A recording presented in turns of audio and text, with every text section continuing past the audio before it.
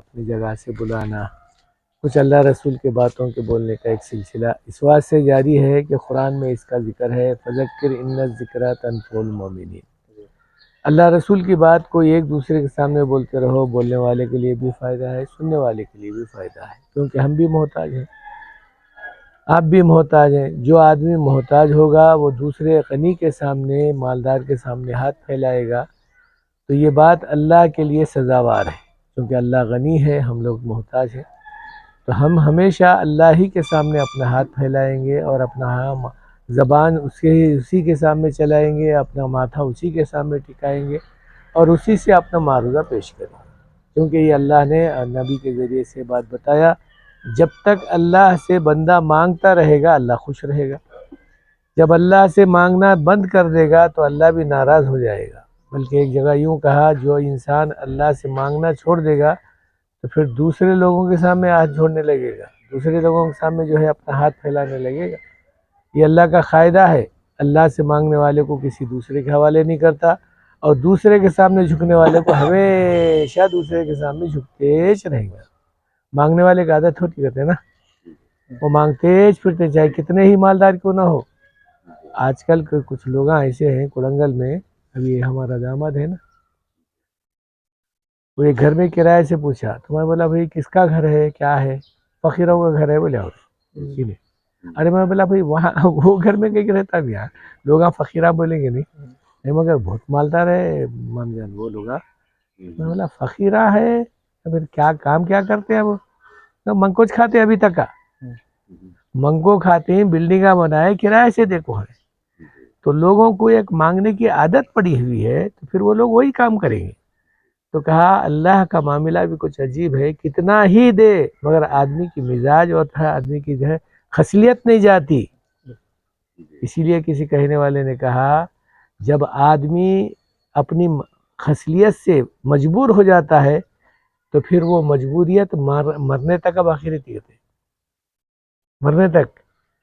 خیر بہرحال یہ ساری باتوں کا لبے لباب یہ ہے کہ اللہ نے ہم کو اپنے سامنے جھکنے کا، اپنے سے مانگنے کا طریقہ بتایا نبی کے ذریعے سے، تو ہم اللہ ہی سے مانگیں گے، اسی کا نام ہے ایمان اور اسی کا نام ہے اللہ کی عبادت اور اللہ کی یاد۔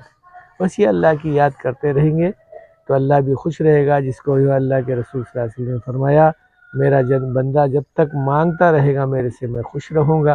اور پھر قاعدہ یہ ہے کہ دنیا سے مانگنے والے سے ناخوش ہوتا ہے آدمی، ایک سے دو مرتبہ میں آپ کے پاس ہے کیا مول صاحب بار بار آ رہے نا بولے سر کی بات ہوتی ہے، اگر زبان سے نہیں بھی بولا تو دل میں بات پیدا ہوتی ہے۔ تو کہ دنیا کا ماحول اللہ کی جو ہے ذات سے الگ ہے، اللہ راضی ہوتے ہیں مانگنے والے سے اور بندے ناراض ہوتے ہیں مانگنے والے سے۔ تو کہا جو انسان اللہ تعالیٰ سے اپنا لو لگائے اور اپنا تعلق جوڑے، اللہ کے یہاں پر بہت خوش نصیب انسان وہ ہے جو اللہ ہی سے لینے والا بنے۔ اس واسطے ہر نبی کا جو ہے معمول یہی تھا کہ وہ اللہ سے مانگتے، اور پھر نبی بھی جو ہے اپنے صحابہ کو وہی سکھائے کہ بھئی اللہ سے مانگو، اور پھر آخر وقت میں اولیاء اللہ کا بھی معمول یہی رہا، اور ہم کو بھی یہی بات بتا کر گئے کہ ایمان والا کسی اور سے نہیں بلکہ اللہ کے سامنے اپنا معروضہ پیش کرتا رہے۔ تو کہا جب تک اللہ سے اپنا لو لگائے رکھے گا یہ آدمی کو اللہ تعالیٰ دنیا میں بھی خوش رکھے گا، آخرت میں بھی خوش رکھے گا۔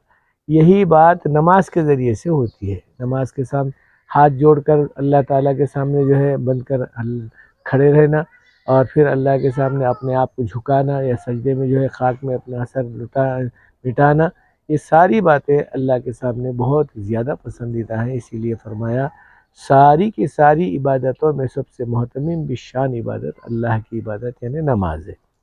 جب آدمی سب عبادتوں میں اوقات کا جو ہے معاملہ ہے کہ بھئی سال میں ایک مرتبہ، زندگی میں ایک مرتبہ جیسا حج ہے، سال میں ایک مرتبہ جیسا روزہ ہے، زکوٰۃ پیسہ جو ہے اگر جمع ہوا تو اس کو دینا ہے، لیکن نماز کا جو معاملہ ہے وہ تو روز آنا ہے، صبح سے شام تک اللہ کی عبادت میں لگے رہنا ہے۔ یوں فرمایا جو آدمی دنیا میں اللہ کی عبادت کا جو ہے پابند کرتا ہے، پابند ہوتا ہے، تو کہا جو آدمی دنیا سے جا رہا ہے اس وقت میں بھی اس کو عبادت کا لخلخہ اگر لگا ہوا ہے تو پھر اس کی مغفرت کا ایک ذریعہ ہے۔ کیوں فرمایا جب آدمی کو ملک الموت اس کی جان کھینچنے کے واسطے آتے ہیں تو ایسا محسوس ہوتا ہے جیسا وہ سو رہا ہے. ظاہر بات ہے مرنے والا سوئی سرکش ہوتا ہے. تو کہا جب آدمی کی جان نکالنے کے واسطے آ رہا ہے تو آدمی آرام کرنے کا معاملہ ہے. تو کہا جب آرام کرنے کا وقت آ رہا ہے تو آدمی کو عشاء کی نماز پڑھنے کا حکم دیا گیا ہے کہ بھئی اللہ کی عبادت کرو. جب آدمی کا جو ہے روح نکل رہا ہے تو سوچے گا کہ بھئی میں آرام کر رہا ہوں تو عشاء کی نماز پڑھنا چاہیے. تو کہا اللہ کی عبادت کا دھیان اگر آ جاتا ہے پھر اللہ میاں اس کی مغفرت کر دیتا ہے. پھر خبر کے اندر جب اس کو خبر ڈالا جاتا ہے تو کہا جب جان اس کی آتی ہے تو ایسا محسوس ہوتا ہے جب اٹھایا گیا تو فجر کی نماز کو اٹھ رہا ہے. جب اٹھ رہا ہے تو پھر ذہن میں بات آئے گی بھئی آج نماز کو جانا ہے، فجر کی نماز کو جانا ہے.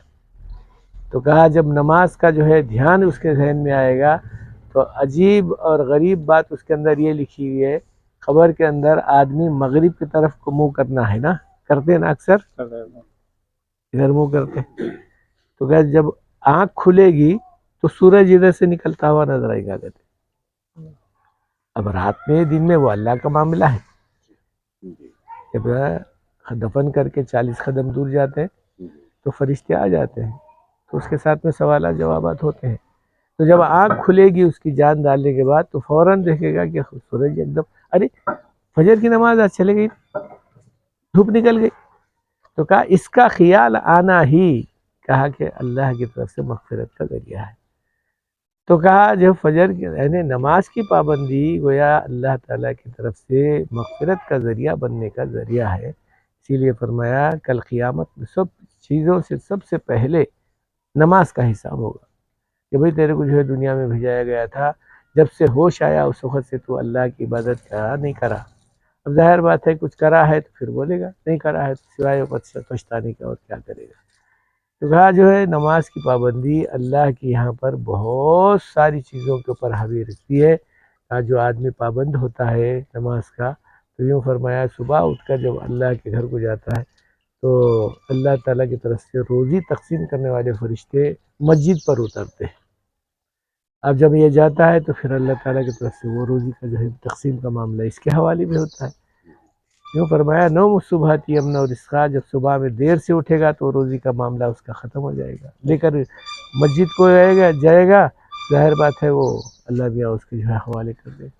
تو جب لے کر آئے گا تو کہا اس کی زندگی میں سب سے پہلے پابندی صبح میں اٹھنے کی یہ ہوگی، برکت یہ ہوگی کہ اس کی روزی کی برکت بڑھے گی، چہرے پہ رونق ہوگی، دل میں مسرت ہوگی، آپس میں دلوں میں محبت ہوگی، اللہ کی رضامندی حاصل ہوگی.